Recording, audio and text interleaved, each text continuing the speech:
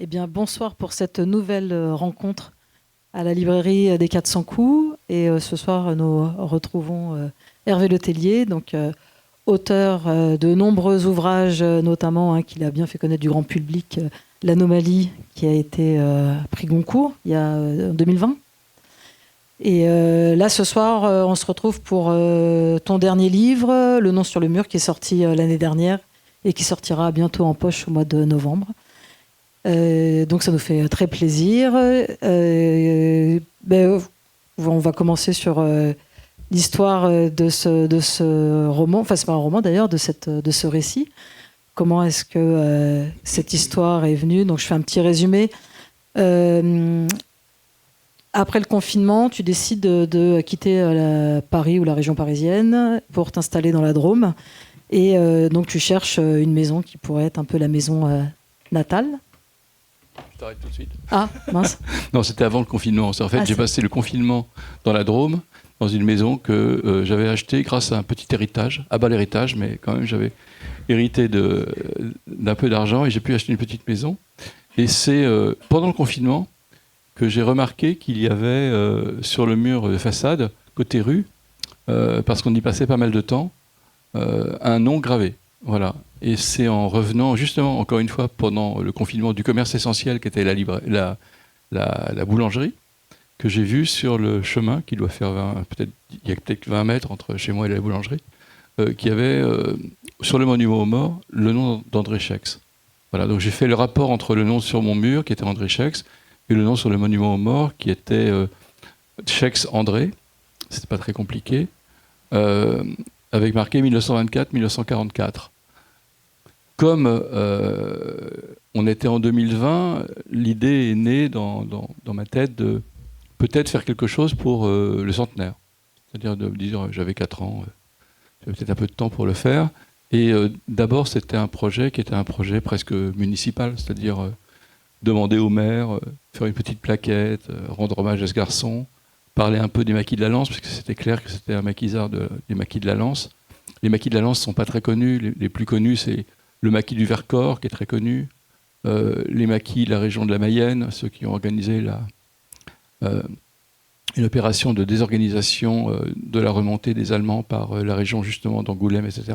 Mais le maquis de la Lance n'est pas très connu. Et donc j'avais décidé de faire un petit texte là-dessus. Et puis j'ai eu la chance, à travers cette petite enquête très rapide, de rencontrer des gens qui, en 2022, m'ont donné une petite boîte, des gens de l'Association nationale des anciens combattants et résistants, qui est devenue l'Association nationale des amis des anciens combattants et résistants, évidemment, qui m'ont donné une petite boîte, qui était une boîte qui ne fait même pas la taille de la moitié du livre Le nom sur le mur, mais qui, malgré ce petit format, contenait un nombre de choses impressionnantes. C'est-à-dire qu'il y avait dans cette petite boîte, où il y avait simplement marqué André dessus, il y avait à la fois des photographies, une petite vingtaine de photographies, mais de format comme on faisait dans les années 40, c'est-à-dire sans doute un format, disons, 5 sur 8. Et puis, il y avait aussi des planches contact découpées, qui étaient dans une petite boîte en métal de pastilles contre la constipation, et qui s'appelait Fructine Vichy, ce que je trouvais assez formidable pour une boîte datant de la grande époque pétainiste. Et il y avait également le fume-cigarette d'André Schex, la carte de travail d'André Schex, sa carte d'identité, son permis de chasse. Il y avait beaucoup de petites choses, et il y avait tout en fait qu'on pouvait avoir conservé de lui, puisque c'était la famille qui avait donné, mais la famille n'avait pas laissé ses coordonnées pour les contacter. Et comme Schex, il y en a 5000 en France, et qu'ils avaient quitté le village, ça je le savais en 1945, les retrouver c'était une gageure, c'était impossible. Donc j'ai abandonné le projet de les retrouver, et puis j'ai commencé à travailler. J'ai eu une deuxième chance, c'est que j'ai retrouvé la fille de la fiancée d'André Schex, dont j'avais les photographies dans ce petit bouquin, enfin dans ce petit album, quoi, finalement photo. Et cette femme, qui a 72 ans, avait perdu sa mère il y a 30 ans, donc disons dans les années 92, 94, et elle avait néanmoins conservé, 30 ans après la mort de sa mère, une enveloppe rouge dans laquelle il y avait tout ce qui concernait André Schex et sa mère. C'était étonnant, alors que elle n'était pas la fille d'André Schex, mais je pense qu'il y avait une sorte de piété filiale, et ça devait occuper une place très importante pour elle. Donc j'ai eu beaucoup de documents, qui étaient en fait la vie d'André, et je me suis mis à réfléchir autrement et à dire, ça ne va jamais être intéressant de faire quelque chose sur André Schex à partir du maquis de la Lance, mais je vais faire toute sa vie. Je vais essayer de faire, à partir de tout ce que j'ai, essayer de comprendre comment il a vécu, et puis de faire un livre qui soit un livre qui parle de cette génération un peu sacrifiée des années 45, 44, 45, de ces jeunes militants. Difficile de savoir s'il était au PC, mais enfin il était au moins dans les FTP. Et je suis parti sur une sorte de récit qui était un récit à la fois informationnel, c'est-à-dire donner beaucoup d'infos sur sa vie, ses rapports avec sa fiancée, mettre le plus de photos possible, parce que je trouvais ça un peu salaud d'avoir récupéré toutes les photos et de dire au lecteur, moi j'ai les photos, mais tu les auras pas. Donc j'ai mis tout ce que je pouvais comme photos, mais quand même pas tout, parce que j'en avais beaucoup plus que ça. J'ai fait une sélection, j'ai même trouvé des photographies supplémentaires qui m'intéressaient, de manière à illustrer des choses qui me paraissaient intéressantes. Voilà, comme par exemple quelque chose qui, moi, m'a étonné, qui était le Titanic de Himmler. C'est hallucinant, quoi. De Goebbels qui fait un Titanic à l'époque, qu'on peut voir d'ailleurs sur YouTube. Et donc, j'ai décidé de digresser de manière à partir dans les 3 directions qui m'intéressaient. La première, c'était de dire qu'est-ce que j'aurais fait moi à l'époque, question qu'on peut tous se poser, que tout lecteur se serait posé, donc je vais la poser à moi aussi. Et ça reprenait en fait la remarque un peu qui était présente dans un livre que j'avais bien aimé, qui était un livre de Pierre Bayard qui s'appelle Aurais-je été résistant au bourreau, qui est un livre très intéressant parce qu'il pose les questions un peu comme on peut se les poser tout à fait spontanément. Qu'est-ce que c'est que le salaud? Qu'est-ce que c'est que le héros? Selon les définitions sartriennes qui me paraissent intéressantes, qu'est-ce qui fait qu'on devient un Lacombe Lucien? Vous savez, ce film qui décrit un jeune homme qui bascule du côté de la milice alors qu'au début il voulait être dans la résistance et qui avait été une sorte de scandale à l'époque où Louis Malle l'avait sorti. C'était un scénario de Modiano. Et ce scénario, justement, de montrer l'ambivalence de cette jeunesse qui parfois, pour des raisons qui sont complètement inhérentes à sa propre personnalité, pouvait basculer aussi bien d'un côté que de l'autre. C'était très ambigu. Donc qu'est-ce que j'aurais fait à l'époque? Une deuxième question qui était qu'est-ce que je faisais quand j'avais 20 ans? Qui était une question assez naturelle aussi, qu'on pouvait se poser. Qu'est-ce qui se passe exactement le jour où, où André Schex meurt, donc que je peux dater très précisément, parce qu'il suffit de calculer 20 ans, plus 2 mois, plus 30 jours à partir de ma propre date de naissance, et ça m'emmène à une date précise. Et par chance, j'ai pu retrouver ce que je faisais, puisque c'était une manifestation contre Cresmalville. À l'époque, j'étais à la Ligue. Voilà. Ce qui explique pourquoi je suis ici. Je me suis un peu invité ici. J'ai envoyé un mail en Philippe en disant « Moi, je viens pour tel livre. » Voilà. Donc, j'étais à l'époque à la Ligue et j'avais manifesté contre le nucléaire. Voilà. Je n'ai pas tout à fait changé d'avis sur le nucléaire, mais j'ai changé sur certaines choses, en particulier sur le nucléaire. Mais à l'époque, j'étais très anti-nucléaire. C'était Atomkraft Nein Danke. Et puis, la dernière chose que je m'étais posée, au-delà de ces 2 questions, qu'est-ce que j'aurais fait, qu'est-ce que je faisais à la même époque, c'était qu'est-ce qui fait que dans l'espèce humaine, il peut y avoir une tendance à la conformité sociale, à la violence de groupe, et aussi à toute une série de questions qu'on a le droit de se poser, qui sont concrétisées par des expériences sociales. Et j'ai retrouvé 3 expériences sociales que je voulais vraiment développer, et qui font l'objet d'un chapitre, et qui nous interrogent sur notre nature de primate. Voilà. Le besoin qu'on a d'être ensemble, donc de se conformer à ce que font les autres, le besoin qu'on a y compris d'être spontanément relativement violent lorsque la violence s'installe dans le groupe, de manière à continuer à appartenir au groupe. Et donc j'ai pris quelques exemples qui me paraissaient intéressants.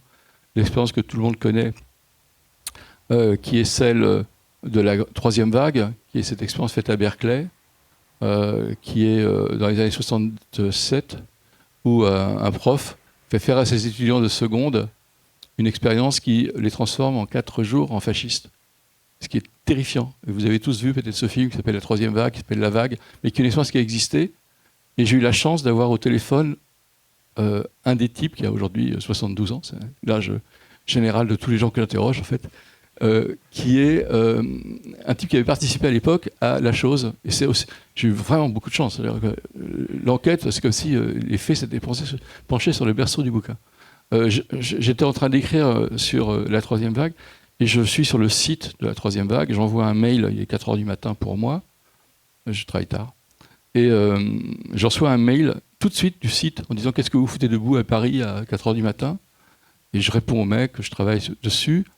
Et tout est miraculeux. C'est-à-dire que le mec avait lu l'Anomalie, parce que le bouquin a bien marché aux États-Unis. Enfin, bref, miracle de bout en bout. Et il m'appelle en fait, et il m'envoie une série de photos. Voilà. Et il m'appelle pour me raconter son expérience, puisqu'il était dans cette classe, comment il est devenu fasciste en 4 jours. Voilà.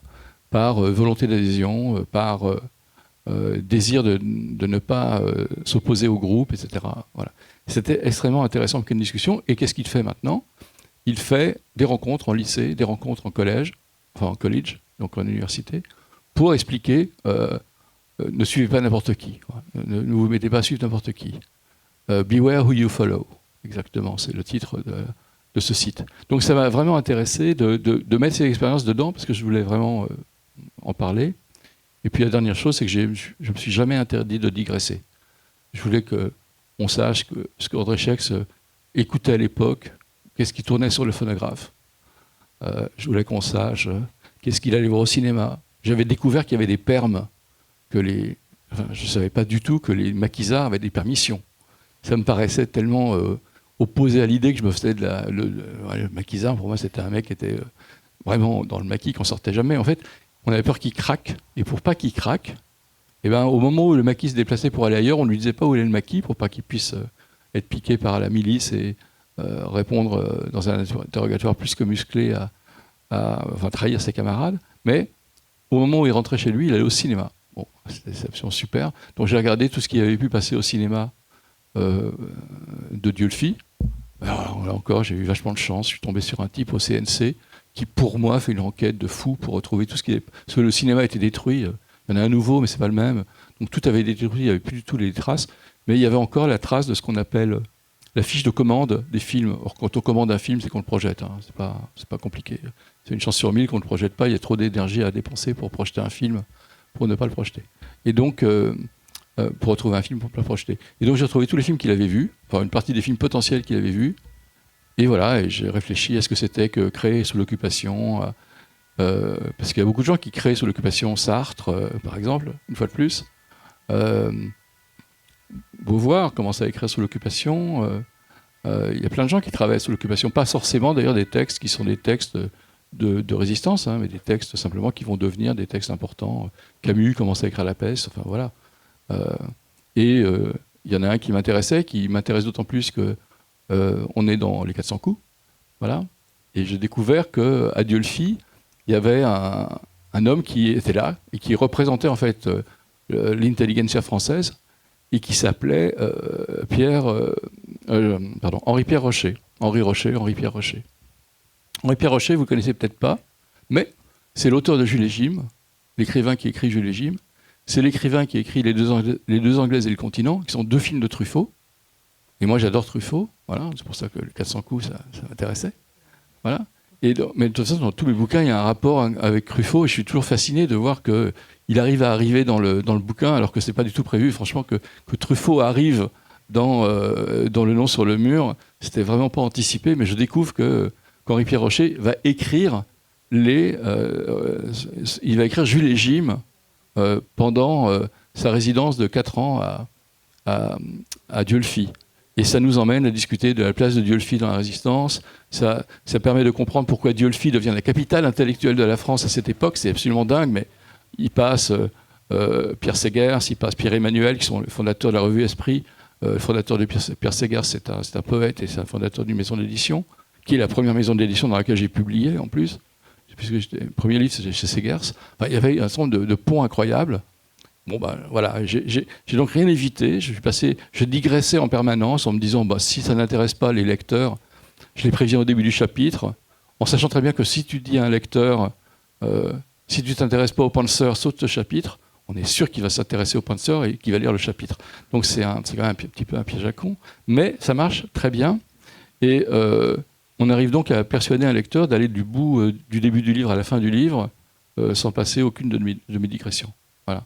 Je suis un peu en roue libre, hein, faut me pardonner. J'ai présenté le bouquin ce matin à Gallimard pour le Folio et donc je refais le même topo. Moi, j'ai quand même quelques questions à te poser sur la genèse notamment. C'est-à-dire qu'il y a un côté presque improbable, même si tu dis il y a plein de heureux hasards. Mais on veut savoir déjà à qui appartenait cette maison avant. Pourquoi est-ce que tout d'un coup il y a un nom qui est écrit sur ce mur? Enfin voilà, il y a eu beaucoup de résistants et ils n'ont pas tous leur nom sur le mur. Et donc dans ton livre, on sait pas, on sait à qui tu la rachètes, mais on sait pas à qui elle appartenait avant. Est-ce que c'est la famille d'André Schex qui a vécu là ou Ouais. Alors c'était un fils de boulanger, André Schex. Donc il habitait dans la boulangerie. La boulangerie, comme je l'ai dit, c'est tout à côté de chez moi, mais ça n'est pas quand même chez moi. Et donc il vivait là. Et il avait une cabane pour échapper à une rafle potentielle au fond du jardin. Habiter dans cette maison, je ne sais pas qui, mais la maison est accessible de la rue. Enfin, elle l'était à l'époque. Et donc, ça se trouve en face de l'école. J'ai réfléchi à qui pouvait l'avoir fait. J'ai demandé à plein de gens qui peuvent avoir écrit ce nom sur le mur. Et je n'ai jamais trouvé. Et en fait, ça m'intéresse plus de ne pas savoir. C'est-à-dire que c'est peut-être la seule dimension vraiment romanesque de ce livre, c'est mon incapacité à savoir qui a écrit ce nom sur le mur. Mon diagnostic, enfin mon analyse possible, c'est que c'est son frère qui avait 5 ans de moins que lui et qui était en stage de pâtisserie, parce que son père était boulanger, donc il était en stage de pâtisserie à Annecy, qui en rentrant pour l'enterrement de son frère, a gravé ça sur le mur parce qu'il voulait une trace, parce que je vois pas très bien qui peut faire ça, graver un nom au crépi sur un mur, voilà. Surtout André Schex, soit on met André, et c'est soi-même on s'affirme, soit c'est autre chose, et c'est à hauteur d'homme, c'est pas à hauteur d'enfant non plus. C'est en face de l'école communale. Bon, je pense qu'il se serait engueulé s'il avait gravé sur le mur d'en face de l'école son propre nom. Il faut être un peu con d'ailleurs pour graver son propre nom sur un mur, parce que c'est pas très anonyme comme truc. Voilà. Donc je sais pas qui l'a gravé, mais je trouve justement assez intéressant dans la narration du livre de ne pas réussir à résoudre cette énigme et de finir par ça. Parce que le livre finit par cette non-résolution de l'énigme de cri à graver long sur le mur. Et il y a une deuxième chose qui m'a aussi fasciné, c'est que je n'ai pas trouvé sa tombe. Je suis allé au cimetière où il est enterré, je n'ai pas trouvé sa tombe. Voilà. Et je suis retourné ensuite avec des cinéastes, parce qu'on va faire un documentaire à la rentrée. Je suis retourné avec les cinéastes, qui évidemment, eux, ont tout de suite retrouvé la tombe. C'est-à-dire, elle est en plein milieu, à côté de la croix centrale, on ne peut pas la rater, quoi. C'est vraiment parce que je suis un grand malade des yeux que je ne l'ai pas vu. Je pense que c'était au moment où je l'ai vu, il y avait le soleil en face. Donc je ne l'ai pas vu. D'ailleurs, quand ils me l'ont montré, j'étais en train de regarder. Ah oui, tu as raison, il y a marqué en énorme André Schex. Voilà. Enfin, il y a marqué en énorme famille Schex. Et il y avait André, enfin, c'était vraiment visible. Mais c'est pareil, j'ai pas changé le bouquin pour le poche, parce que je trouve que, en plus j'avais dit, je suis pas retourné au cimetière pour retrouver sa tombe, alors que je sais qu'elle y est, parce que j'avais pas envie de donner naissance à sa mort, quoi. Donc je suis resté sur cette idée que je savais pas où il était. Je trouvais que ça me donnait une formule que j'aimais bien, qui était que c'était un homme sans concession, et je suis resté là-dessus. Et parfois, c'est pas plus mal de ne pas clore les choses, de laisser ouvertes des choses. Depuis, j'ai reçu des mails de plein de gens qui m'ont dit « mais il est bien enterré là ». Mais la formulation du bouquin ne laisse pas penser qu'il n'est pas enterré là, elle dit simplement que je n'ai pas retrouvé sa tombe. Voilà. Donc ça fait partie de ces choses que j'aime bien, qui sont des traces de l'imperfection d'une enquête.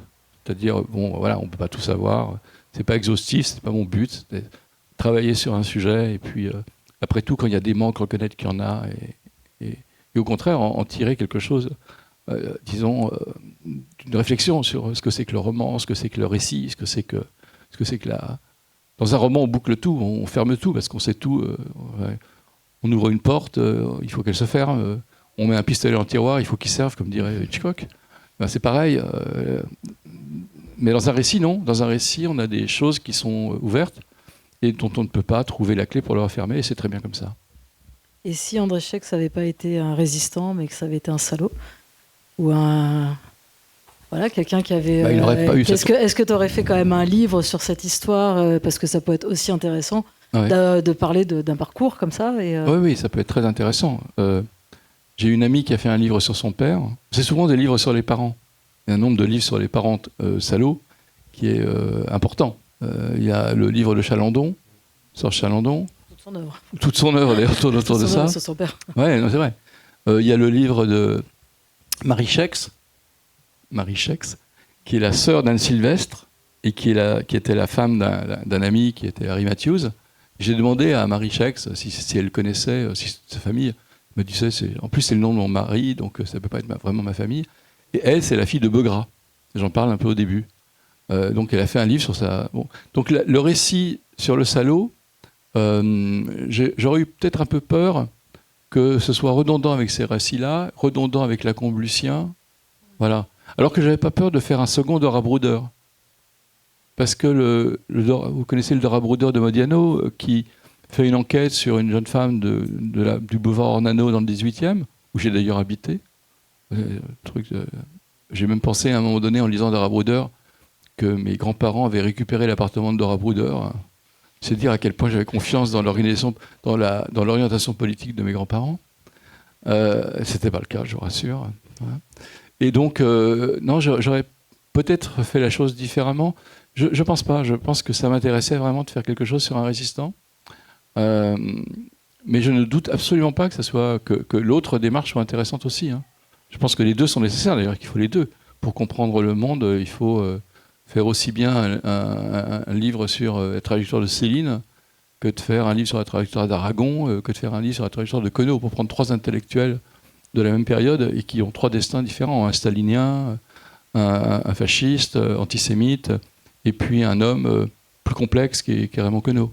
Donc ce sont des choses qui m'intéressent vraiment, ces destins, ces basculements, ces bifurcations, c'est l'arborescence d'une vie, quoi. C'est quelque chose de fascinant. Et souvent, les personnalités potentielles s'expriment lors de moments, disons, qu'on peut appeler charnières. Et des moments charnières, il y en a beaucoup dans les vies, énormément. Peut-être quand même que Schex, dans différents contextes, serait pas devenu un salaud. Enfin, c'est complexe, mais ça m'aurait intéressé quand même, peut-être, de traiter ce sujet. Mais là, j'avais beaucoup plus d'allant pour traiter un résistant. Surtout, voilà, c'est fascinant quand même, cette vie d'un jeune homme qui, en plus, semble, malgré les doutes de Simone, un garçon absolument impeccable. C'est assez drôle. Il est beau en plus. Il est plus beau gosse. Ouais, en plus, c'était ça qui était assez sympa, c'est de découvrir qui il était en commençant à travailler. Je veux dire, en plus, il est pas mal. Il ressemble un peu à. C'est un mélange. C'est un mélange. Quelqu'un qui m'a dit qu'il ressemblait à un acteur, je ne sais plus qui. C'était assez juste. Voilà. Bon, bref. Voilà. Après, ce qui est intéressant, moi, ce que j'ai beaucoup aimé dans ton livre, c'est aussi que ça résonne avec aujourd'hui, puisque il y a un chapitre sur le Front National, donc le parti fondé en 72 et qui a repris le terme justement de Front National de la résistance. Et tu fais, avec les expériences qu'il y a eu avec la vague, la troisième vague, ça résonne quand même beaucoup avec aujourd'hui et avec cette montée de l'extrême droite et des extrêmes droites un peu partout dans le monde. Je cite trois expériences, celle de la troisième vague, celle de Milgram, qui est l'expérience que vous connaissez, dans laquelle on prend un cobaye, c'est un cobaye et deux comédiens, un comédien qui joue le scientifique et un comédien qui joue en fait le patient à qui on voyait des décharges. Et c'est montré dans pas mal de films, voilà. Et on voit que l'individu moyen est capable d'envoyer 380 volts à un comédien qui hurle évidemment de douleur, mais qui heureusement ne souffre pas, mais qui fait très bien la douleur, mais qui donc le cobaye, sous l'autorité du scientifique, est capable d'aller très très loin dans la violence. Pour une mauvaise réponse surtout. Pour une mauvaise réponse, oui. Ah, c'était pas Corbeau, c'était Corneille, et hop, 380 volts. Ouais. Bon. Et puis une autre expérience que j'avais trouvée fascinante, qui est l'expérience de la salle d'attente, que je peux rappeler rapidement, que je trouve totalement dingue. Une femme arrive dans une salle d'attente. Alors c'est une cobaye, elle ne le sait pas. Et dans cette salle d'attente, il y a une douzaine de patients qui attendent avec elle, qui eux sont des comédiens. Une sonnerie retentit et tous les comédiens se lèvent. Je ne comprends pas pourquoi, ils se rasseyent. Okay. Et à chaque fois que la sonnerie retentit, ils se lèvent et ils se rasseyent. Au bout d'un moment, bien qu'il n'y ait aucune raison de le faire, ni de récompense, ni de sanction, elle commence à se lever avec eux et à s'asseoir, sans comprendre, juste parce que c'est un peu...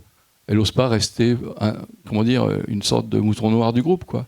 Et donc elle se lève, elle s'assoit. Et au bout d'un moment, elle se lève, elle s'assoit avec tout le monde, et les gens disparaissent les uns après les autres, les comédiens. À la fin, elle reste toute seule. La sonnerie retentit, elle se lève et elle s'assied. Arrivent des gens qui ne sont pas du tout au courant. Ils s'installent avec elle, ils la voient se lever et s'asseoir.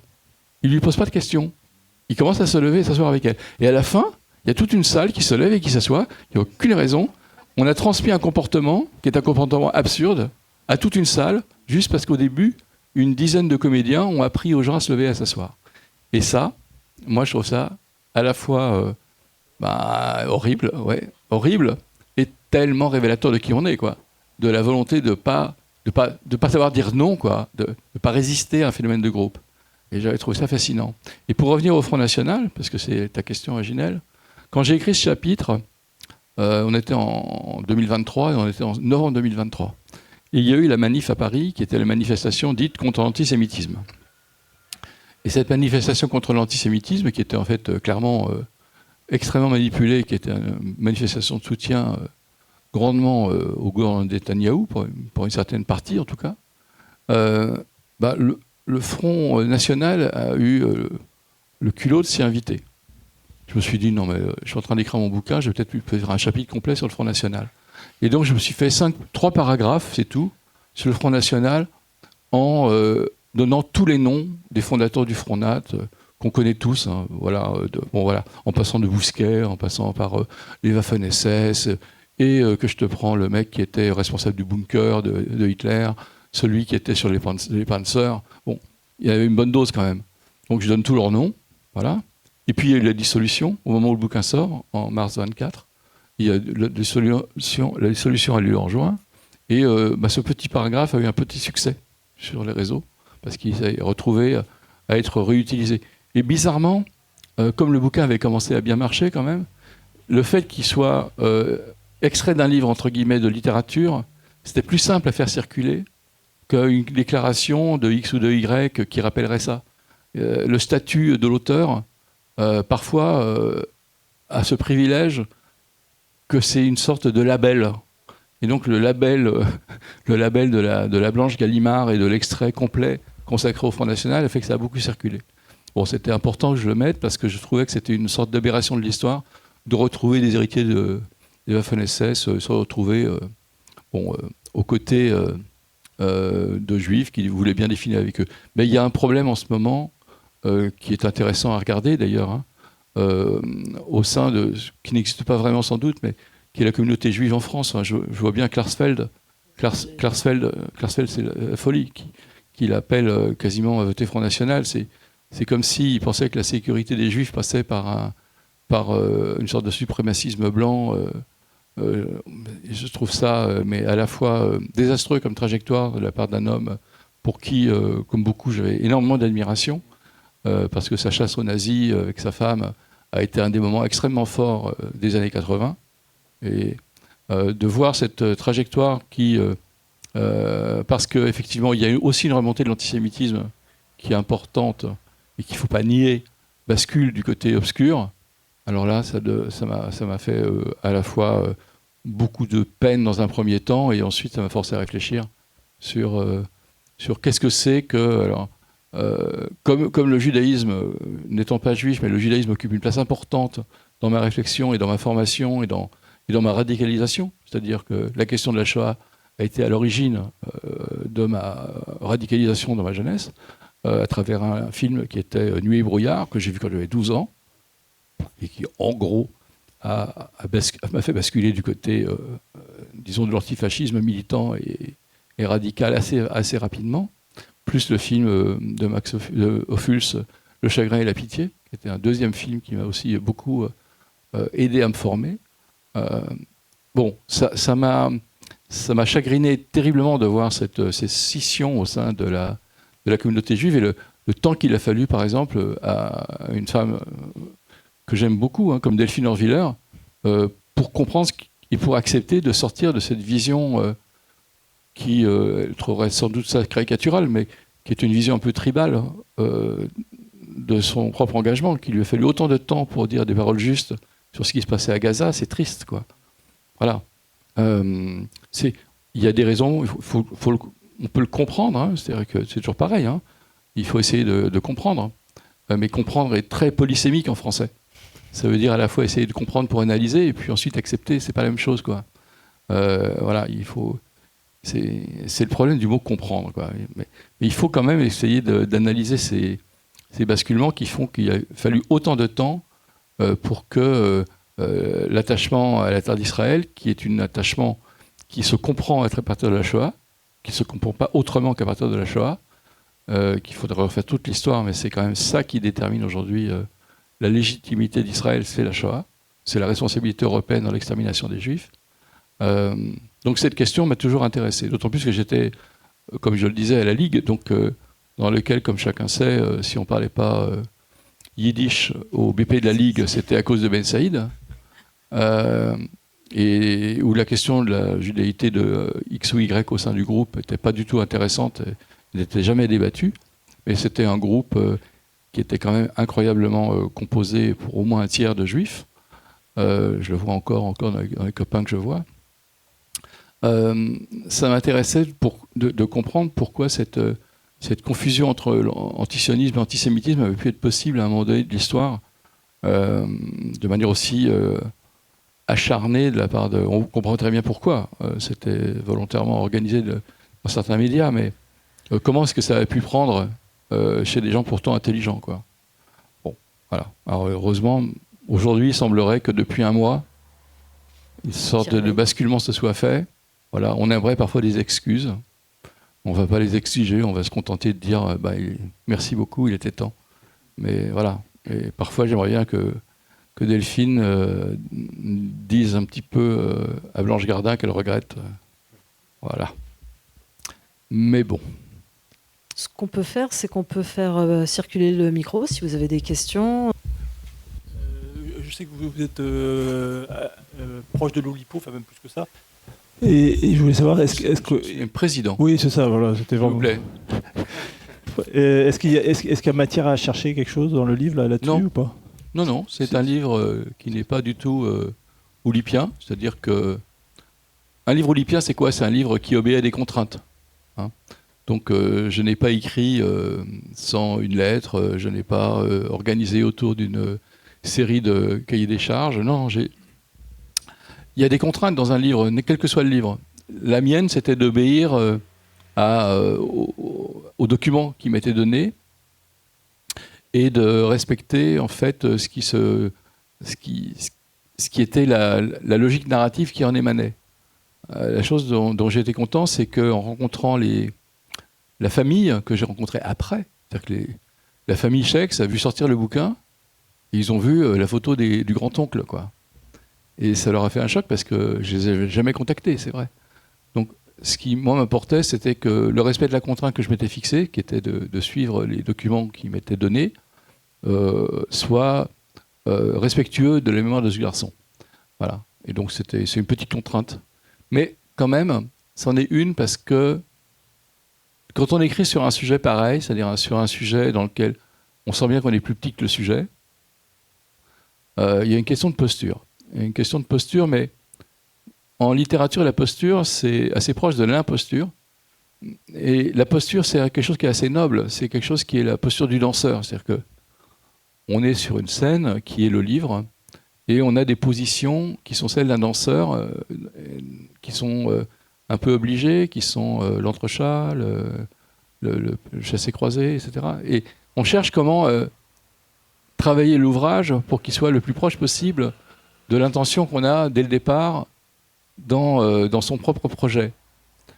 Et on va donc s'interdire des moments lyriques, parce que le lyrisme serait une sortie de route carrément par rapport au projet. Et on va s'interdire une trop grande platitude, parce que ça ne serait pas rendre hommage au sujet le mieux. Donc c'est un peu une ligne de crête. Et en fait, mon plaisir vraiment réel, ça a été de constater que lorsque j'ai rencontré la famille, ils n'ont pas considéré que j'avais trahi le sujet, quoi. Et j'en savais plus qu'eux, parce que En fait, ce qui se passe souvent dans des situations pareilles, c'est que les grands-parents, donc les parents d'André Schex, n'en ont jamais parlé. Parce que c'est une...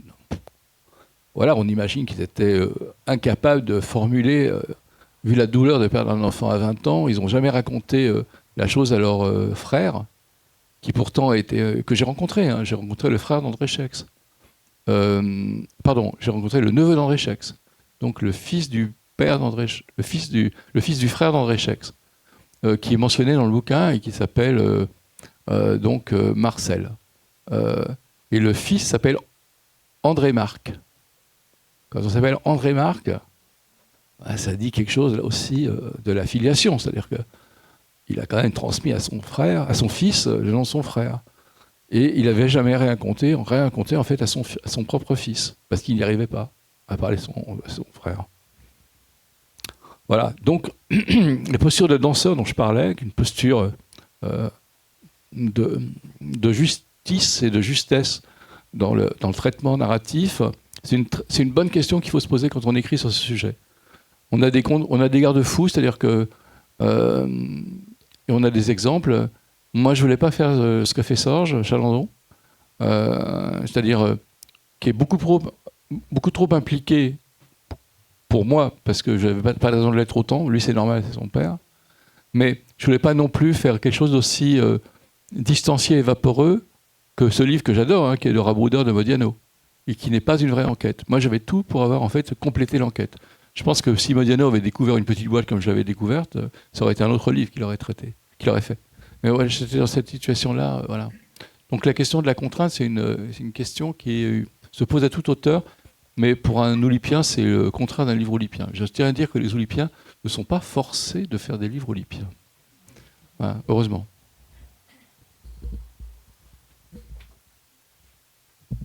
Ça peut être sur d'autres œuvres que le nom sur le mur, hein, si vous avez d'autres questions aussi, hein, parce qu'on profite. Boris, si tu veux. Oui, bien sûr.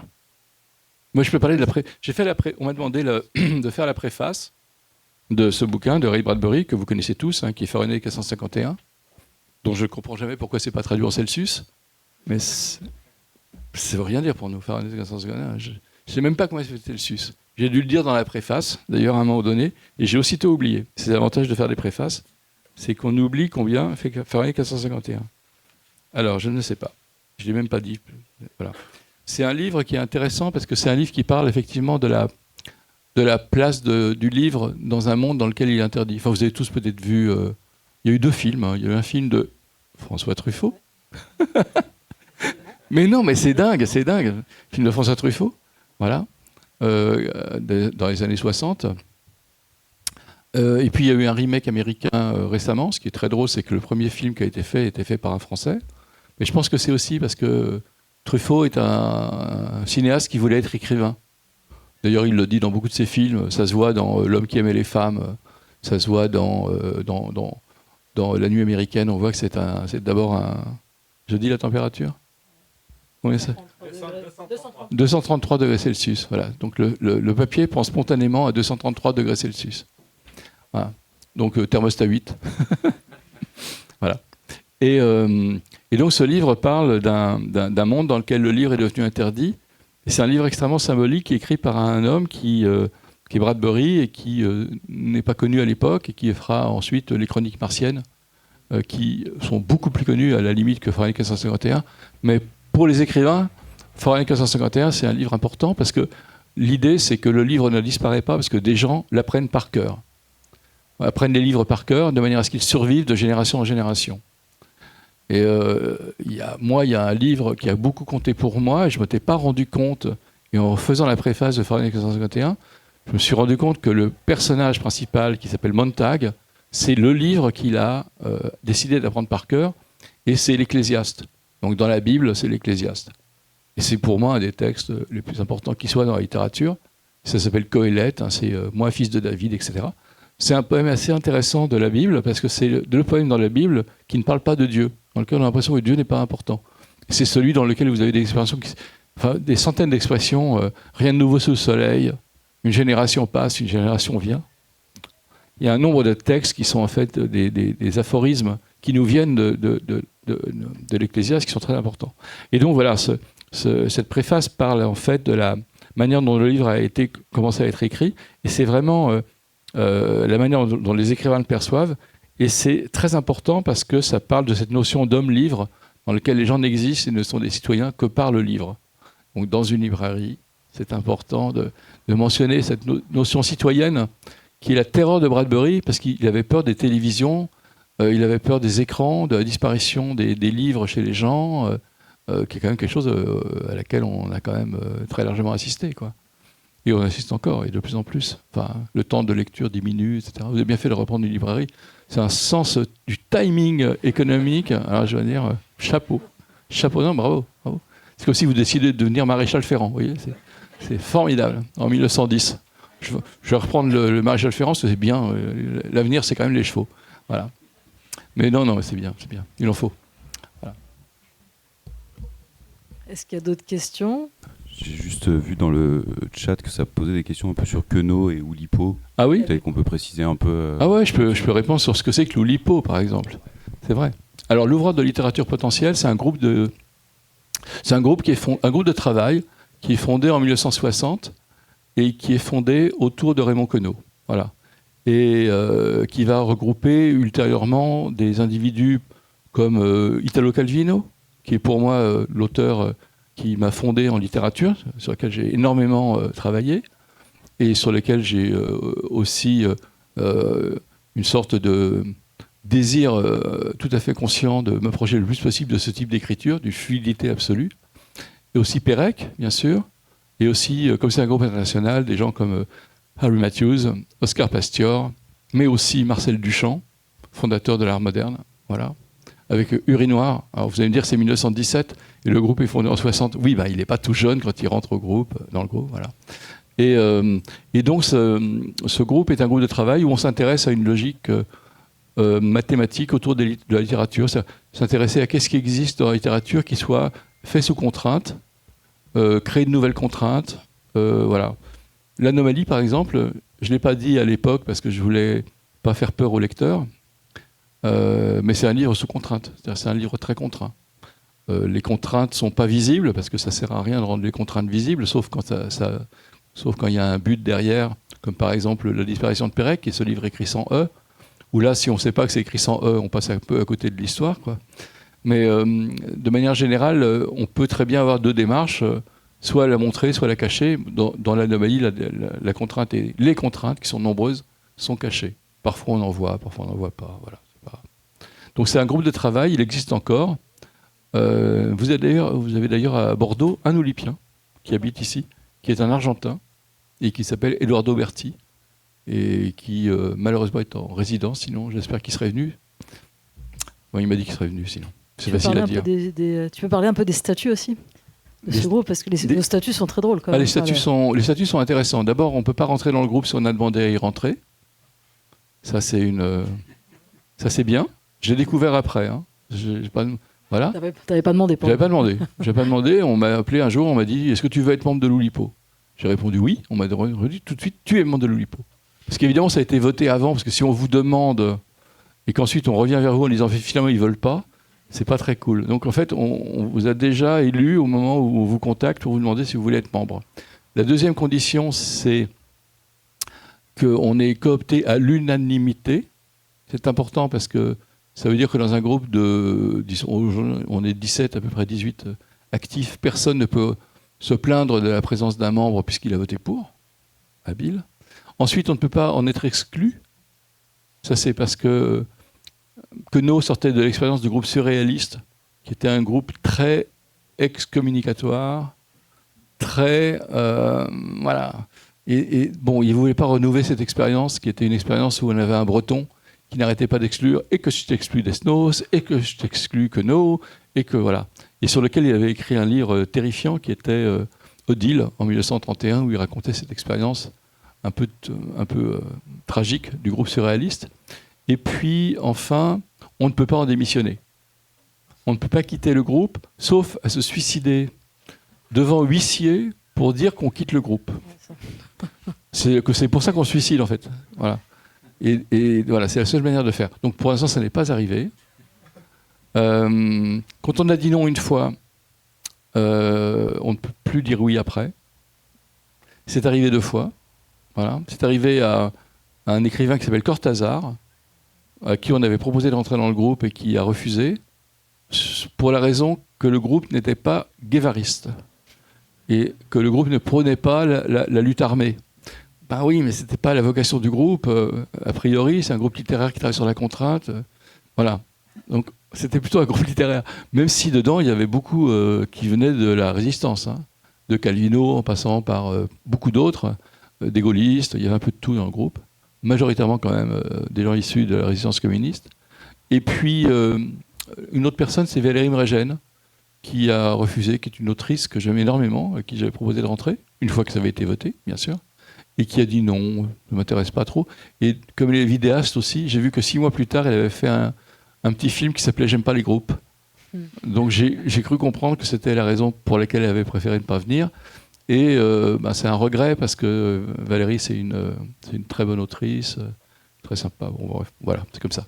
Donc c'est un groupe qui fonctionne et qui continue à être actif. On a une réunion par mois, ce qui est beaucoup pour un groupe, hein. Et on a des activités qui sont aussi très régulières. Un peu parfois bizarres. On a fini collectivement un livre de Boris Vian, par exemple, parce que la Cohérie Vian nous a confié le soin de finir un livre de Boris Vian. Boris Vian est mort en 59 et le groupe est né en 60. Mais Boris Vian aurait été membre du groupe, de toute évidence, s'il n'était pas mort comme un con à la suite d'une séance de « j'irai cracher sur vos tombes ». Et donc, la Cohérie Vian, c'est-à-dire les gens qui s'occupent des héritages moraux et patrimoniaux de Vian, nous ont confié le soin de finir un livre de Boris Vian. Donc on a fait ça. C'est un peu bizarre comme travail, mais c'est rigolo. Voilà, on fait des choses collectives et des choses individuelles. Beaucoup plus de choses individuelles que de choses collectives. Mais enfin, ça nous arrive. Et ça s'est un peu féminisé. Avant, c'était surtout c'était un que des groupe hommes. d'hommes, quoi. Il y a des femmes maintenant. Oui. Maintenant, un homme sur 2 est une femme ou une femme sur 2 est un homme. Non, le groupe s'est beaucoup féminisé, d'autant plus qu'il partait de zéro. C'était assez facile, quoi. C'était les années 60. Hein. Donc, à ce séminaire qui s'est déroulé à Cerisy, il se trouve qu'il n'y avait quasiment que des hommes. Et ils ont fondé le groupe à 10. Et franchement, c'était très masculin. La première femme qui est rentrée, c'est Michel Métaille, en 72. Elle était toute jeune. Et elle est encore membre du groupe. Je l'ai vue il n'y a pas très longtemps. Et puis maintenant, à peu près, oui, je dirais 40% des cooptés sont des femmes. Mais on n'a pas ce principe non plus de quota. Donc, on cherche ce qui est intéressant avec un principe double. Il faut que pour que les gens soient contactés par le groupe, il faut qu'on sente que le groupe va leur apporter quelque chose. Et il faut aussi qu'on sente qu'ils vont apporter quelque chose au groupe. Les deux sont une logique tout à fait cohérente. Hein. Ça ne sert à rien de faire entrer des gens à qui le groupe n'apportera rien parce qu'ils ont déjà une vie tout à fait autonome, voilà, Sophie Calle, etc. Quelques autres comme ça qui sont des gens intéressants, mais qui n'ont pas besoin de nous ni envie d'être peut-être au sein du groupe. Et puis il faut aussi cette idée que quand les gens arrivent, ils amènent une fraîcheur, un type de rapport à la littérature qui est neuf, qui parfois est très différent de ce qu'on imagine être la contrainte. Mais qui sont des...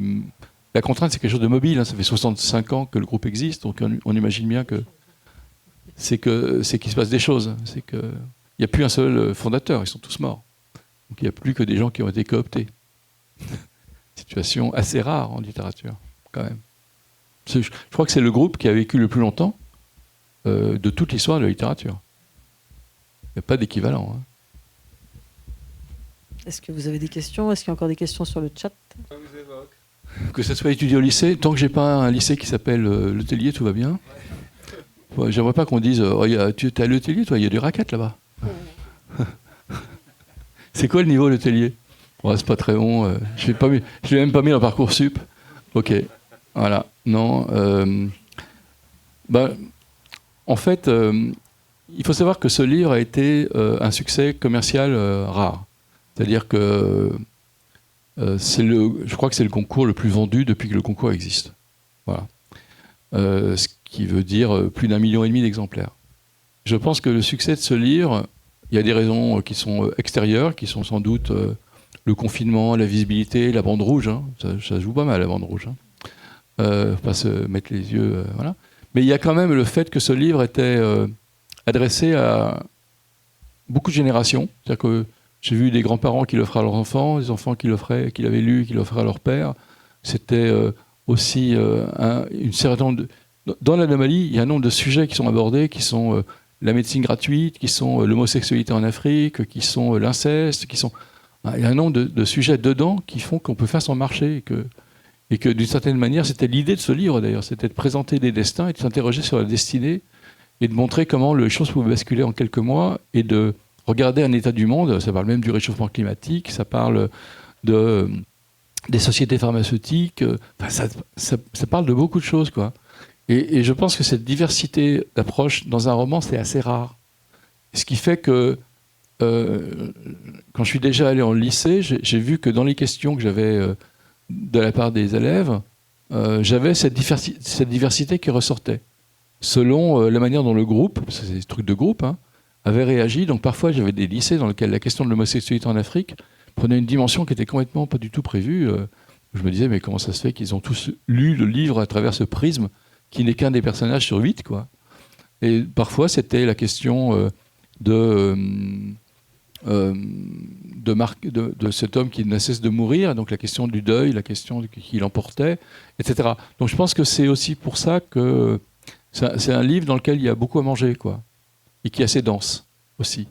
Donc pour un prof, je pense que c'est pas mal pratique, parce que ça permet justement en plus c'est un livre un peu d'aventure, enfin, c'est un côté un peu... il est page-turner, il est conçu pour être un page-turner. Je l'ai construit à la Stephen King. Mais vraiment, je ne me cache pas, je l'ai toujours dit.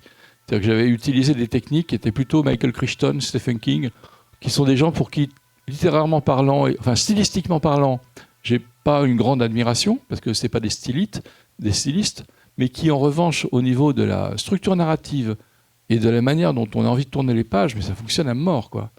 Et King, parfois, on est admiratif de sa Crichton, c'est pas mal fait, quoi. Donc j'avais envie de reproduire ça, de faire une sorte de roman à l'américaine. Donc je comprends que oui, ça puisse être intéressant pour un prof de travailler là-dessus. Voilà. Bonsoir. Bonsoir.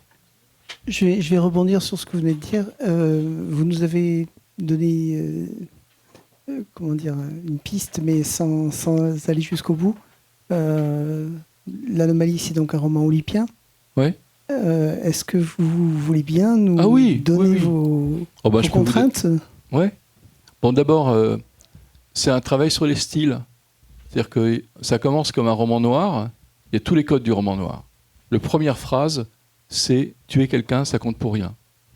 Donc cette phrase-là, elle est construite pour un roman noir. Il manque le « ne », donc c'est pas français. C'est 2 fois 4 syllabes, nanana, nanana. Et ça se termine par des nasales. 1, 1. Donc c'est moche. La première phrase, elle est violente et moche. Tuer quelqu'un, ça compte pour rien. Et ensuite, vous avez un roman qui démarre donc sur une forme qui est amusante, parce que c'est un roman noir dans la collection blanche.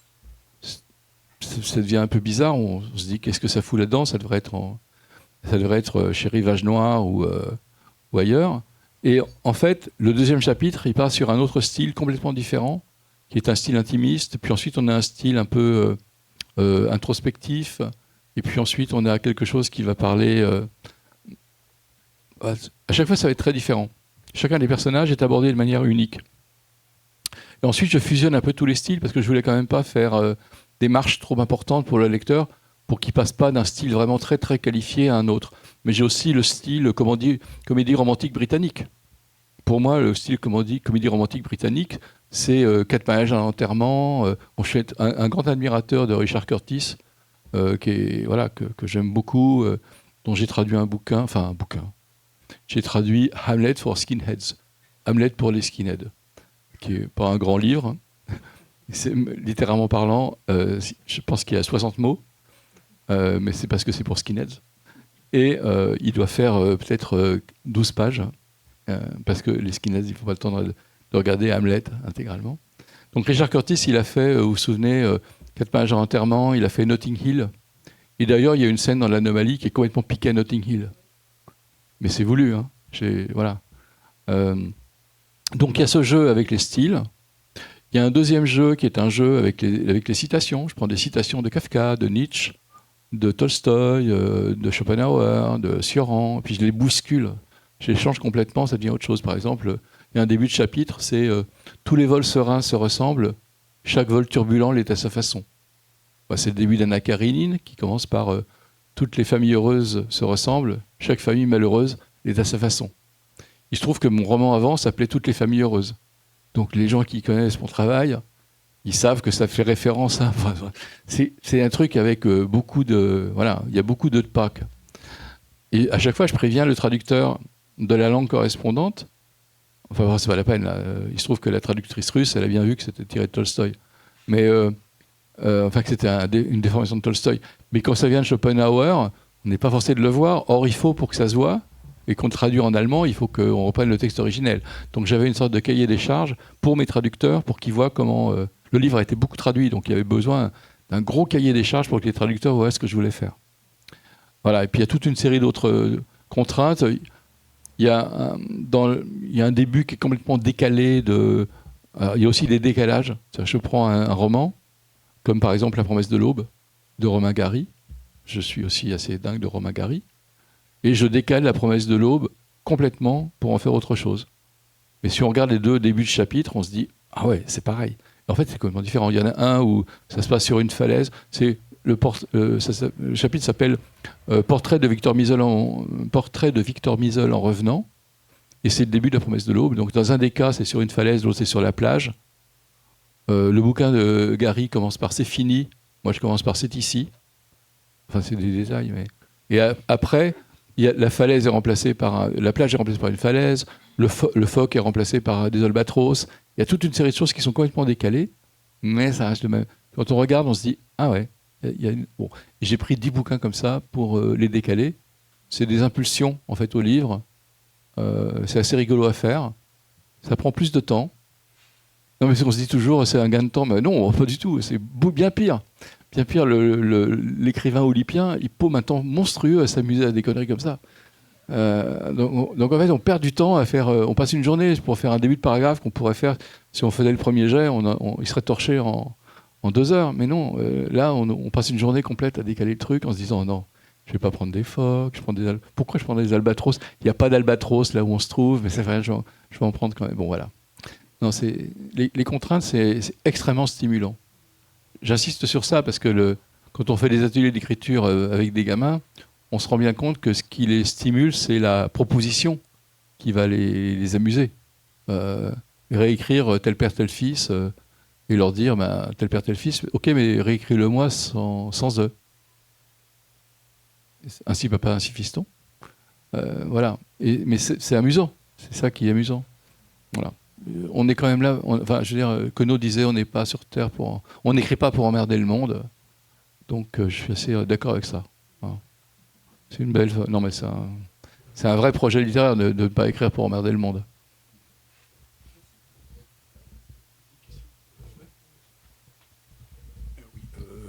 Pérec avait publié son cahier des charges dans les 8 mots d'emploi. Est-ce que vous envisagez de... Pérec l'a pas publié. En fait, on l'a retrouvé après sa mort. Il n'avait aucune intention de le publier. Zulma, avec l'imprimerie nationale, l'a publié. Il était retrouvé dans un tiroir. Il n'avait pas l'intention de le publier, je pense. D'accord. Bon, après, c'était fait. Hein. Mais moi, j'ai brûlé le mien. Parce que je pense que... Non, mais parce que d'abord, c'est pas très utile, franchement. Pour celui de Pérec, qui est beaucoup plus construit que le mien, ouais, c'est super. C'est super parce que... Mais après, le danger, c'est qu'on lit la vie d'emploi à l'aune de ce cahier des charges. Une fois qu'on l'a... Ouais, après, on regarde. Ouais, c'est vrai. Ah, c'est une folie. Ouais. Oui, il y a 99 chapitres. Et je crois qu'il y a presque... Je pense qu'il ne faut pas dire des bêtises, mais il y a une vingtaine de contraintes par chapitre. Voilà. Bon. Mais parfois, il les règle tout en un paragraphe. Parfois, il règle toutes les contraintes en un paragraphe, et après, il lui reste 20 pages de chapitres, comme quoi il s'en fout des contraintes, en fait. Donc, c'est pas si important que ça, les contraintes. il se met ça, et puis d'un seul coup, il a tout réglé. Et puis en plus, il triche. Par exemple, il a besoin d'un animal, il met une souris d'agneau. Une souris. Il met une souris. Mais voilà. Bon, il a besoin de la couleur bleue, mais c'est le steak qui est bleu. Enfin, il triche tout le temps, quoi. Bon, enfin, il respecte la contrainte, mais il triche. Il s'amuse avec, ouais. Donc voilà. On fait tout ça. Est-ce qu'il y a d'autres questions? Sinon, moi, j'en ai une sur ton parcours de militant, parce que quand on a su que tu avais le Goncourt pour l'anomalie, ce qui a circulé au NPA, parce que le NPA, donc c'est le nouveau parti anticapitaliste, et avant c'était la Ligue communiste révolutionnaire. C'était, voilà, tout le monde a dit, le Goncourt, c'est un ancien de chez nous, quoi. Donc on était quand même tous hyper fiers. Et donc voilà, c'était un peu pour savoir quel était ton parcours. Moi, je suis rentré à la Ligue, ça va pas nous rajeunir, je suis désolé. Enfin, gros coup de vieux. Je suis rentré très jeune, donc je suis rentré à 15 ans, et je venais du Front homosexuel d'action révolutionnaire, le phare. Et j'étais pas du tout homo, mais c'était les mecs les plus sympas de mon lycée. Donc on distribuait des tracts ensemble, ouais, la famille, quelle connerie, et tout ça. Bon, c'était super. Et bon, après, je suis arrivé à la fac, je suis arrivé très, très jeune à la fac, et je suis rentré à Jussieu, et je suis rentré à la Ligue assez rapidement. J'ai travaillé avec Plenel à la barricade, avec Edoui à la barricade, ça me fait marrer les destins. Après, je l'ai retrouvé quand il était au Monde, et moi aussi. On a été très longtemps jusqu'au bout à la cellule journaliste. Et moi, je suis rentré au CFJ, au Centre de formation des journalistes, après être resté très longtemps à la fac. Voilà. La Ligue m'avait fait rester longtemps à la fac. Donc j'ai eu beaucoup de diplômes, parce que je restais à Jussieu en faisant des équivalences pour continuer à militer sur la fac. Bon. Et j'ai pas fait le tournoi ouvrier de l'époque, parce que je n'avais pas le courage politique, je pense, de le faire, qui était à l'époque où les gens entraient soit à la SNCF, soit chez Renault, soit tout ça. Je ne me sentais pas de le faire, je pense que je n'avais pas les épaules. Et donc je suis resté à la Ligue très longtemps, et je l'ai quitté un peu avant la fondation du NPA, sur laquelle j'avais pas des désaccords de fond, mais en fait, j'étais très quatrième international. Très quatrième. On y revient, on y retourne. Non mais oui. Moi, j'étais très quatrième international, et je ne comprenais pas cette sorte d'abandon de la référence, alors qu'il me semblait que le monde était d'autant plus en besoin d'une organisation mondiale, révolutionnaire et mondiale. On voit bien d'ailleurs aujourd'hui à quel point l'absence d'une internationale, moi ça me semble criant, hein, mais bon, voilà, je ne serais peut-être pas resté non plus, peut-être que je théorise en fait ma propre lâcheté, ma propre lassitude. Mais enfin, il y avait aussi ça, il y avait aussi la lassitude. J'avais pas l'impression que l'histoire nous mordait la nuque, j'avais plutôt l'impression qu'on était dans une grande période de reflux, et voilà, une autre vie m'appelait, quoi. Mais je suis quand même resté très proche, j'ai jamais vraiment rompu. La plupart de mes copains qui n'y sont pas pour autant restés sont aussi restés assez proches. Voilà. Rémi Barou du Monde, toute une série de copains qui sont restés. Voilà. Donc la question de l'engagement politique, je l'ai plutôt vu à un moment donné comme étant quelque chose qui devait transparaître dans la fiction. Et d'ailleurs, j'ai une vision de la fiction. Je fais un plaidoyer pour la fiction. Je pense que la fiction est un bon médium pour faire passer des idées. Parfois plus que le livre engagé, qui, y compris peut être de fiction. J'ai beaucoup aimé, je sais pas moi, Romain Rolland ou Camus, ou même Malraux. J'ai relu Malraux, je trouvais que c'était vraiment très très très bien. J'ai relu L'Espoir, j'ai relu des choses comme ça. Mais c'est pas ma came, hein. C'est-à-dire que j'arrive pas à travailler là-dedans. Voilà. Je trouve ça plus intéressant de faire un récit d'un jeune résistant que de travailler sur un livre de fiction sur la résistance. Je pense que j'y arriverai pas. Je trouvais ça un peu usurpé. Mais je préfère faire passer dans des histoires ou des romans ou des nouvelles des idées politiques, en sachant qu'il y a peut-être un moyen de faire parvenir dans la société, un peu par capillarité, des notions qui me tiennent à cœur, qui sont en gros sur le fronton de nos mairies, hein, liberté, égalité, fraternité, mais qui, très objectivement, ne peuvent se réaliser que par un biais radical et pas par une sorte de mollesse social-démocrate, quoi. Donc, pour être clair. Voilà. Bon, donc, voilà, je crois beaucoup à la fiction pour faire avancer des idées. Et j'y crois d'autant plus que je vois le résultat de l'anomalie aux États-Unis, par exemple, et la manière dont ça cogne avec la société. C'est-à-dire que la réception de l'anomalie aux États-Unis, qui a été un vrai succès, hein, c'est-à-dire que on se rend pas compte, mais pour un Français, vendre 150 000 exemplaires aux États-Unis, c'est beaucoup. C'est hors du commun, même. Ça a eu des effets, en fait, sur des lecteurs qui ensuite m'ont écrit pour me demander comment marchait le système, par exemple, médical français. Un truc tout con. J'ai tout fait pour ne pas leur répondre pas si bien que ça, mais par rapport aux États-Unis, c'est quand même bien. Voilà. Et voilà, c'est un peu cette vision que j'ai, moi, de l'engagement aujourd'hui. J'essaie de le faire passer par des choses. Bon, sauf le nom sur le mur, qui est un exemple typique de trucs un peu, entre guillemets, engagés, mais que je n'ai pas perçu comme engagé au moment où je le réalise, bon, quand je l'écrivais. Même si ça l'est, mais ça l'est pas dans... Enfin, mon idée, c'était pas d'avancer tout étendard de l'or, quoi. C'était raconter une histoire qui était celle d'André Schex et me servir, sans l'instrumentaliser, de cette histoire pour faire passer, en fait, plutôt les idées d'André Schex que les miennes, que je peux projeter, même en me posant des questions sur mes propres idées. Est-ce que tu t'attendais à avoir le Goncourt? Comment est-ce que... Ah, oui, non. Alors là, pas du tout.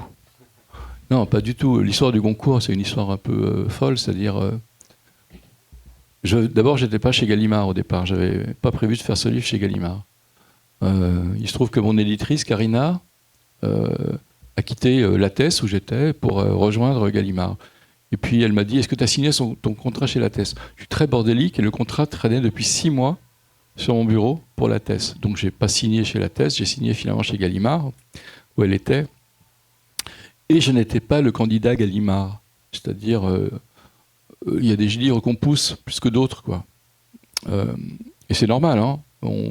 Chez Gallimard, quand j'arrive, il y a des dizaines d'auteurs qui sont des gros vendeurs, des très présents depuis longtemps chez Gallimard. Donc, je ne vais pas les nommer, mais au moment où le livre sort, en 2020, il y a d'autres livres plus prioritaires que le mien. Et en particulier, il y a Emmanuel Carrère avec Yoga. Mais Yoga connaît un destin bizarre, c'est-à-dire il y a une sorte de petit scandale Yoga. Il y a Hélène Devin qui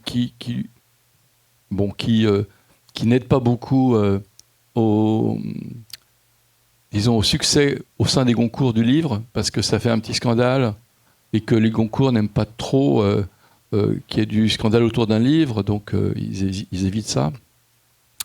Et je me retrouve finalement sur toutes les listes de prix, y compris les Goncourt, c'est-à-dire Renaudot, Médicis, je suis sur toutes les listes. Mais quand on est sur toutes les listes, c'est le genre de truc où on peut faire un slalom complet. Hein. Pouf, pouf, pouf, pouf. Puis on ressort, on n'a rien. C'était arrivé l'année d'avant, à Tanguy Viel, avec un très bon livre, Histoire de la nuit. Voilà. Non, c'est pas Tanguy Viel. C'est Mauvigné. C'est Mauvigné qui était passé à travers tous les trucs, avec Histoire de la nuit, qui était un très beau livre, mais bon, il n'avait rien eu. Donc voilà, peut-être qu'il a eu le novembre, pardon, ça a changé de nom. Voilà. Donc voilà, et puis je me suis retrouvé à un moment donné être le dernier en course dans la dernière liste du Goncourt. Et dans ces cas-là, on commence à se dire que c'est possible. Donc on lit tous les autres. On lit les 4 autres, enfin on lit les 3 autres. Et on se dit, ouais, c'est pas terrible. On se dit ça. Il y avait des bouquins vraiment bien, mais il y en avait un qui était vraiment pas mal, c'est le bouquin de Camille de Toledo, mais il était très dépressiogène. Et je dois dire qu'en pleine période de pandémie, il était un peu vendu avec la corde pour se pendre. Donc je me suis dit que peut-être l'Académie Goncourt allait peut-être pas couronner ce livre qui n'était pas très joyeux. Voilà, et donc je me suis dit que j'avais mes chances. Et j'ai attendu 2 mois. Voilà.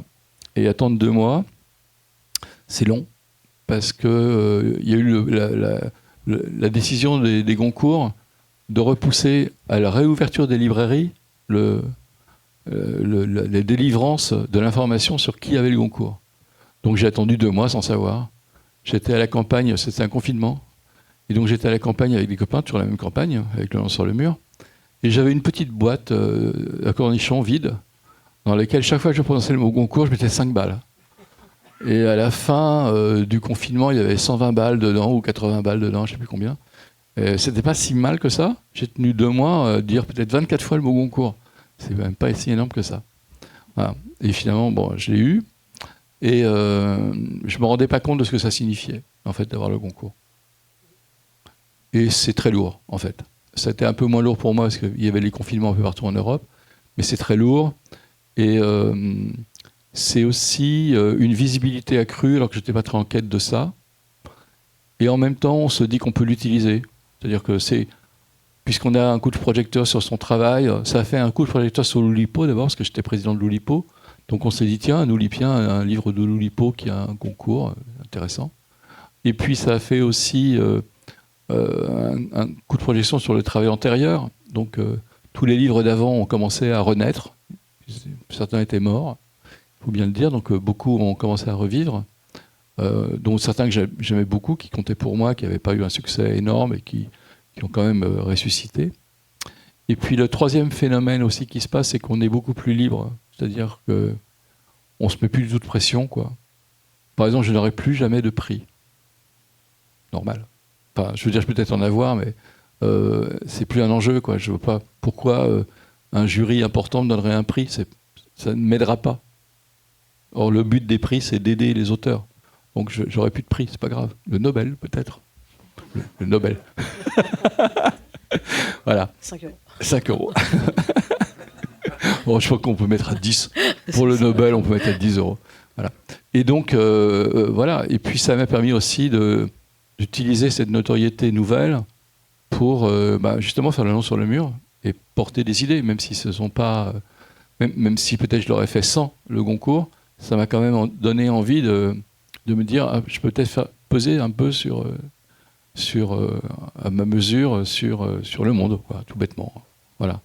Alors, c'est toujours très limité, mais le livre s'est quand même vendu presque à, je vais pas dire des bêtises, mais presque à 80 000 exemplaires. Ce qui est beaucoup, beaucoup. Donc ça veut dire que 80 000 personnes ont lu au moins la liste des membres du Front National qui sont issus de la Waffen-SS, quoi. Bon, c'est déjà ça, quoi. Voilà.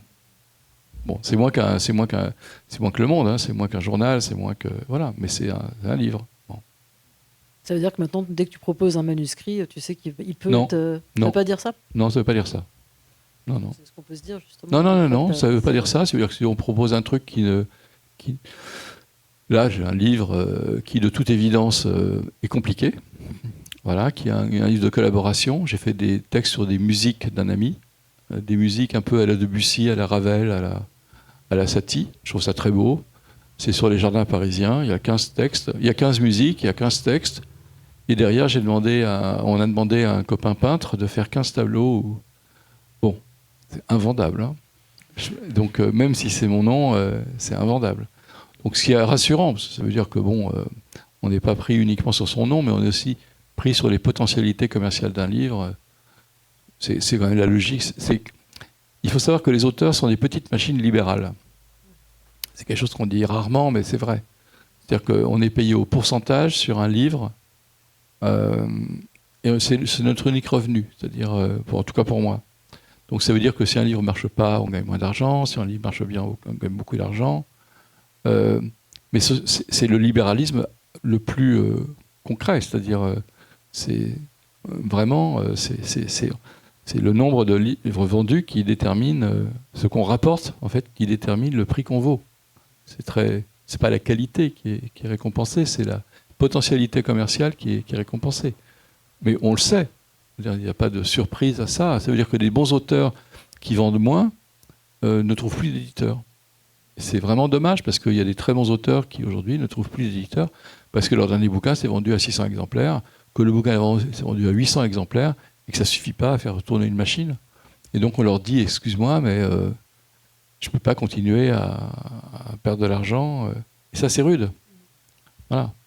Il y a des auteurs, il y a des éditeurs qui continuent à fonctionner sur la base d'un investissement à long terme, mais ça va de vendre à 800, 600 exemplaires quand on a 30 ans, mais quand on en a 70, ça ne va plus. On se dit qu'il n'y aura pas de revival. Voilà. C'est pas les Beatles qui vont se reformer pour faire un succès, quoi. Donc Donc il y a des auteurs qui sont des auteurs de qualité, mais qui ne vendront plus leurs livres, et ça c'est dommage. Parce que le système libéral est au cœur de l'édition, et que c'est toujours comme ça que ça a fonctionné depuis que Diderot a écrit sa lettre à la librairie, sur le commerce de la librairie. On voit bien que le système ne fonctionne qu'à partir de pourcentages, de valoirs, etc. Bon, c'est comme ça. Bonsoir.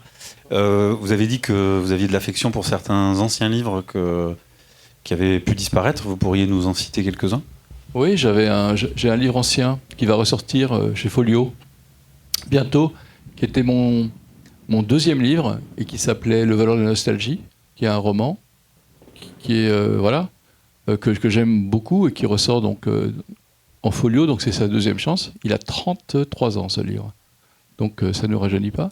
Et puis j'avais un livre qui franchement ne serait jamais sorti en poche si j'avais pas eu le Goncourt, et qui s'appelle Toutes les familles heureuses, et qui est un récit familial que j'aime beaucoup, qui raconte en fait non pas de manière autobiographique ma jeunesse, mais qui raconte la vie de ma famille entre 1900, parce que je remonte loin, et 1980, voilà à peu près. Et c'est un livre que j'aimais beaucoup, qui était un peu qui ne serait pas sorti en poche, même s'il était sorti il est sorti quoi ? Il est sorti en 2017. Mais on sentait bien que du côté du livre de poche, il n'y avait pas un grand enthousiasme pour le faire paraître, parce que il ne sentait pas le projet. Et dès qu'il y a eu le Goncourt, c'est sorti avec marqué par l'auteur de l'Anomalie. Voilà. La phrase que j'ai quand même le plus entendue en l'an 2020, c'était des lecteurs qui venaient me voir et qui me disaient, avec l'air un peu désolé, c'était « Excusez-moi, mais j'ai jamais lu de livre de vous ». Et en fait, c'est normal. 97% des gens qui ont acheté le livre, je vois bien mes ventes, n'avaient jamais lu un seul livre de moi. Entre mon best-seller français, qui devait être à 30 000 exemplaires, et le nombre de ventes de l'Anomalie, c'est un facteur 50. Donc c'est vite vu. Mais le fait de ressusciter des livres, c'est vraiment bien. Il y en a un qui est là que j'aime beaucoup, qui est moi et François Mitterrand. Ouais, moi et François Mitterrand, qui est comme... Suivi de moi et Chirac, moi et Jacques Chirac, moi et Sarkozy, il manque le prénom exprès, moi et François Hollande, et moi et Emmanuel Macron. Ouais. J'ai rajouté un paragraphe sur Emmanuel Macron.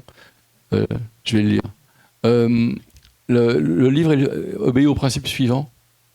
C'est un type qui écrit à l'Élysée une carte postale en 83.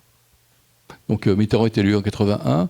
Et il lui donne la carte postale, cher François Mitterrand, je voulais vous féliciter, fût-ce avec un léger retard, de votre élection, voici 2 ans déjà. Et je suis à Arcachon, où je passe de bonnes vacances. Justement hier, c'est incroyable, nous parlions de vous. Nous avons mangé des huîtres excellentes, bien qu'un peu laiteuses. Bien à vous, Hervé Le Tellier. Voilà, ça commence comme ça. Et puis il reçoit une lettre type de l'Élysée, qui est une lettre de l'Élysée, qui est une lettre type, qui est « Cher monsieur, nous avons bien reçu votre lettre datée du temps. Ne doutez pas, cher monsieur, que vos remarques recevront toute l'attention qu'elles méritent et que, et que nos services agiront avec diligence, bien cordialement. Le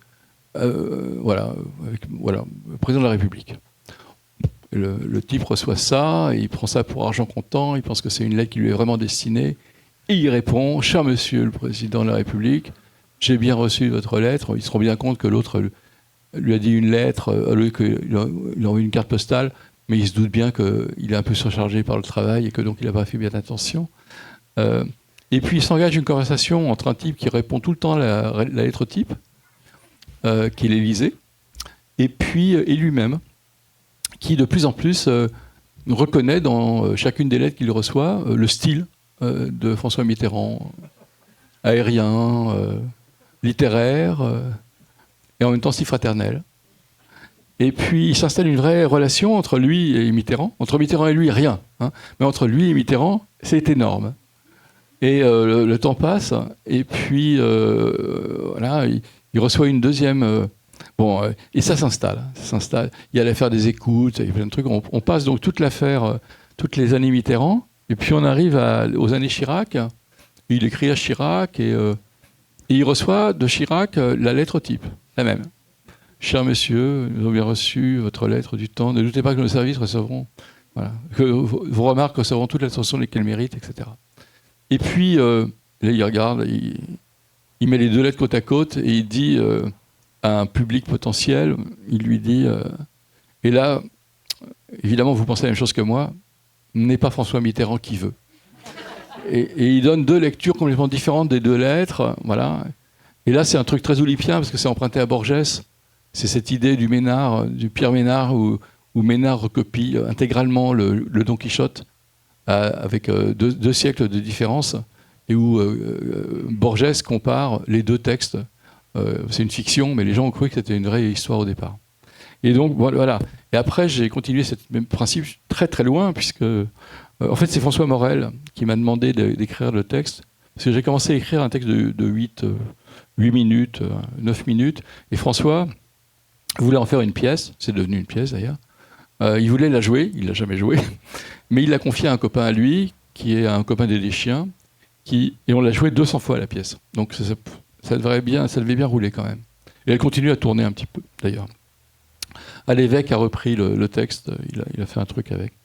Mais le principe de ce texte est vraiment intéressant. Ça permet de développer tout ce que les Français, dans un système qui est représentatif, mais dans lequel il y a une sorte d'adhésion quand même à cette idée de représentativité, tout ce que les Français projettent sur le président, quel qu'il soit. Donc ça reprend, par exemple là, Chirac est sympa. C'est toujours cette idée que Chirac était sympa. Voilà. Hollande, il est pris dans des affaires de cul avec Julie. Et puis en même temps, il est tellement néanmoins sympathique et proche des gens. Voilà. Et donc, cette idée, elle est en permanence présente de la difficulté des Français avec leur rapport au pouvoir. Mais c'est valable pour tout le monde. Mais les Français ont un rapport très compliqué avec la République et avec la présidence de la République.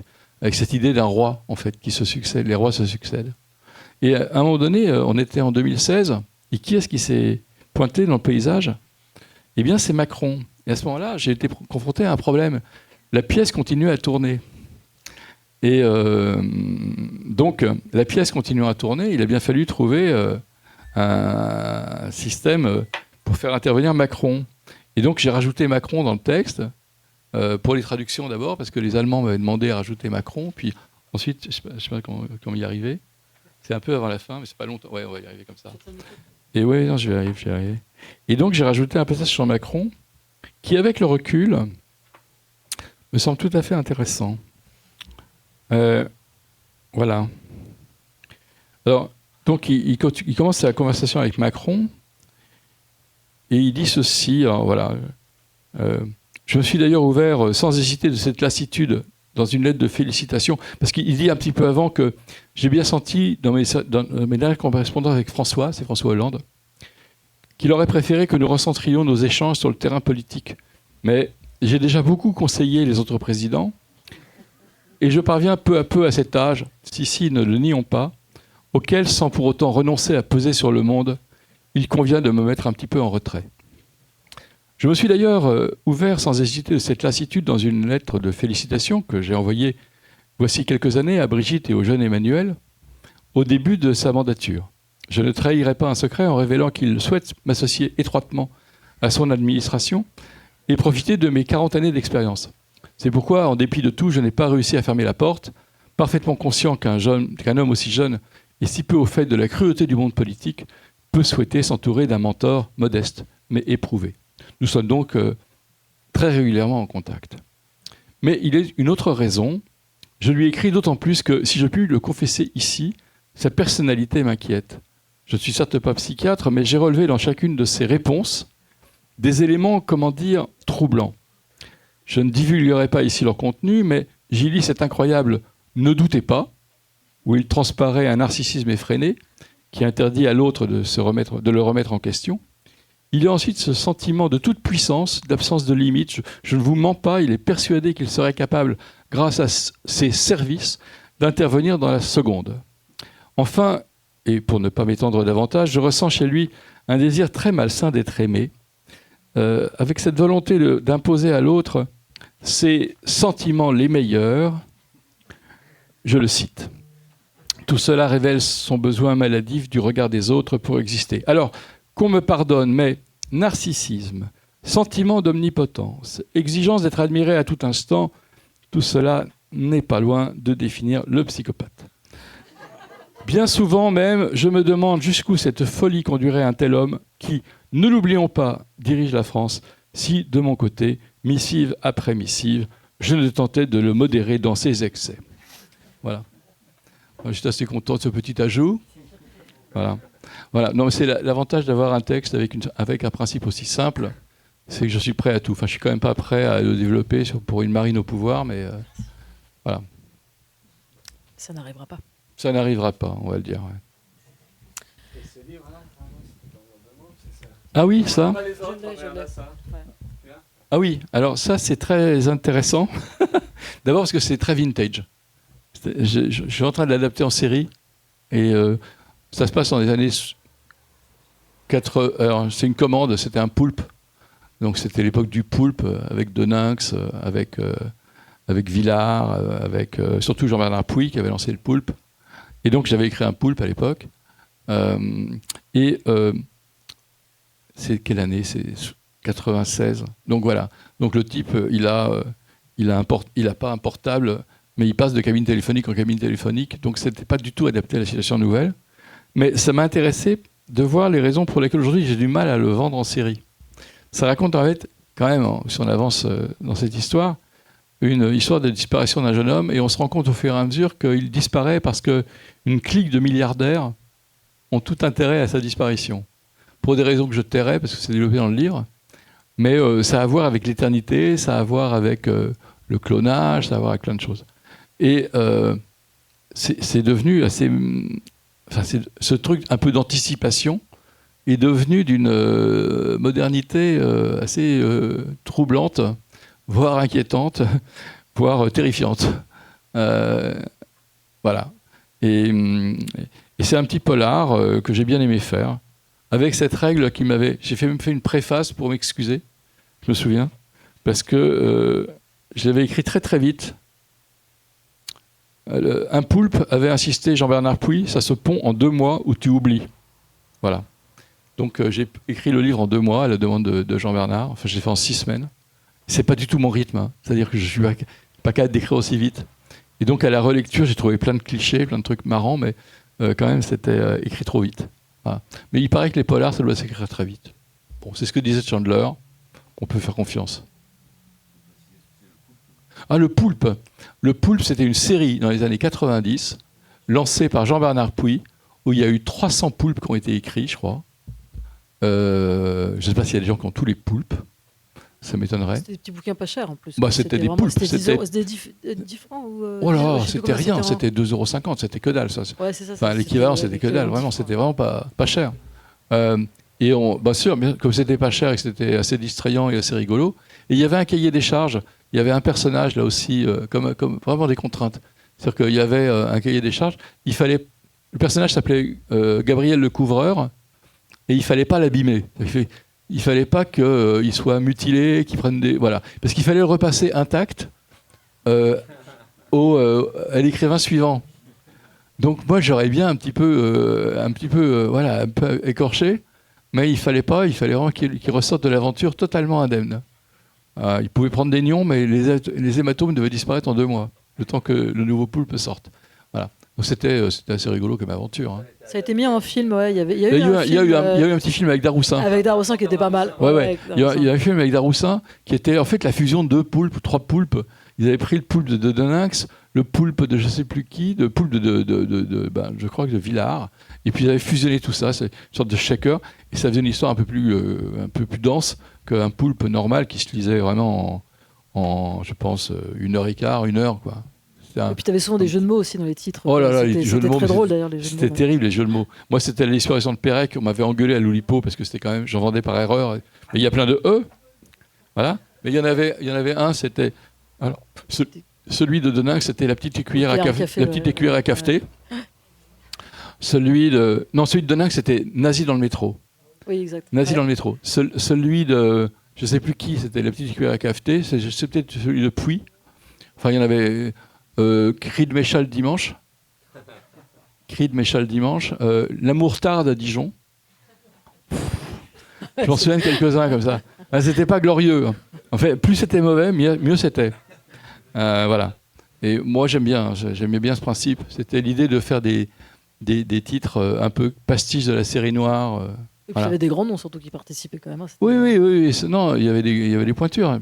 Il y avait des titres. Il y avait Romain Goupil qui avait fait un Poulpe. Tous les copains en avaient fait, quoi.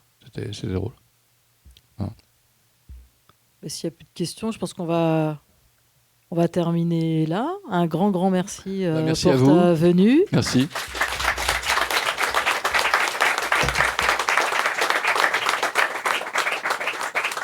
On se dit quand même qu'on a beaucoup de chance après un mois d'ouverture de cette librairie de recevoir autant de gens qu'on apprécie. Donc voilà, on est très contents.